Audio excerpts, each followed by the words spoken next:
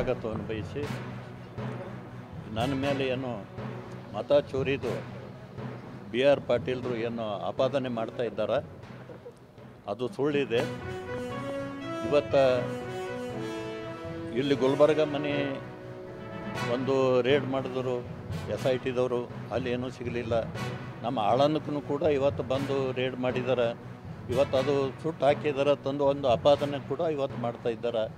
ಈಗ ದೀಪಾವಳಿ ಹಬ್ಬ ಎಲ್ಲರ ಮನೆಯಲ್ಲಿ ಕ್ಲೀನ್ ಮಾಡ್ತಾರೆ, ಆ ಥರ ಆಳುಗಳು ಕ್ಲೀನ್ ಮಾಡಿದ್ದಾರೆ.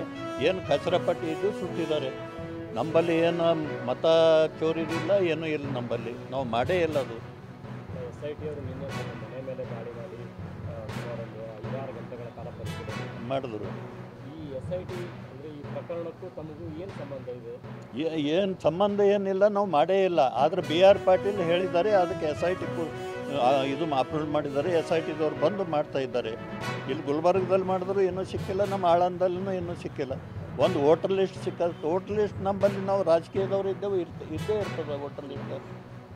ಇವತ್ತು ಇದೆಲ್ಲ ಒಂದು ಷಡ್ಯಂತ್ರ ತಂದ್ಕಿಸಿ ನಾನು ಹೇಳ್ತೇನೆ. ಈಗ ಮಿನಿಸ್ಟ್ರನ್ನು ಕೂಡ ಈಗ ಮಾಡಬೇಕು ತಂದ್ಕಿಸಿ ವಿಚಾರ ಮಾಡ್ತಾ ಇದ್ದಾರೆ. ಅದಕ್ಕೆ ಇಲ್ಲಿಯವರು ಸಿದ್ದರಾಮಯ್ಯವರು ಮಾಡ್ತಾ ಇಲ್ಲ, ಇವತ್ತು ಯಾರೂ ಮಾಡ್ತಾ ಇಲ್ಲ. ಅದಕ್ಕೆ ರಾಹುಲ್ ಗಾಂಧಿಗೆ ಒಂದು ಸಮೀಪ ಸರ್ಕಾರಕ್ಕೆ ಮಾನ್ಯ ಮುಖ್ಯಮಂತ್ರಿಗಳಿಗೂ ನಾನು ಎಚ್ಚರಿಕೆಯನ್ನು ನೀಡುತ್ತಾ ಇದ್ದೀನಿ. ಲೋಕ SIT ಅವ್ರಿಗೆ ಹೇಳುತ್ತಾ ಇದ್ದೀನಿ, ಯಾರದೋ ಮಾತನ್ನ ಕೇಳಿ ನಿಮ್ಮ ರಾಜಕೀಯ ತವಲನ್ನು ತೀರ್ಸೋಕ್ಕೋಸ್ಕರ ಇವರ ಮೇಲೆ ಈ ರೀತಿಯಲ್ಲಿ ಸಮುದಾಯದ ಮುಖಂಡರ ಮೇಲೆ ಮಾಡಿದರೆ ಸಮುದಾಯ ಬೀದಿಯಲ್ಲಿಳಿದು ಹೋರಾಟ ಮಾಡುತ್ತಾನೆ. ಅಷ್ಟೇ ಅಲ್ಲ, ಇದು ಬಗ್ಗೆ ಕೂಡಲೇ ಇವತ್ತು ಸಾಯಂಕಾಲದಲ್ಲಿ ಸಭೆ ಸೇರುತ್ತದೆ. ಮುಂದೆ ಯಾವ ರೀತಿ ಹೋರಾಟ ಮಾಡಬೇಕು ಅಂತ ಕೂಡ ನಾವು ಶಕ್ತಿಪೀಠದ ನೇತೃತ್ವದಲ್ಲಿ ಇವತ್ತು ಶಕ್ತಿಪೀಠದ ಕಾರ್ಯದರ್ಶಿಗಳ ಸದಸ್ಯರುಗಳ ನೇತೃತ್ವದಲ್ಲಿ ಸಭೆಯನ್ನು ಮಾಡುತ್ತೇವೆ. ಮತ್ತು ಈಡಿಗರನ್ನು ಮುಟ್ಟಿದರೆ, ಗುತ್ತೇದಾರಗಳನ್ನು ಮುಟ್ಟಿದರೆ ಏನಾಗುತ್ತೆ ಅಂತಕ್ಕಂಥದ್ದು ನಾವು ತೋರಿಸ್ತೇವೆ.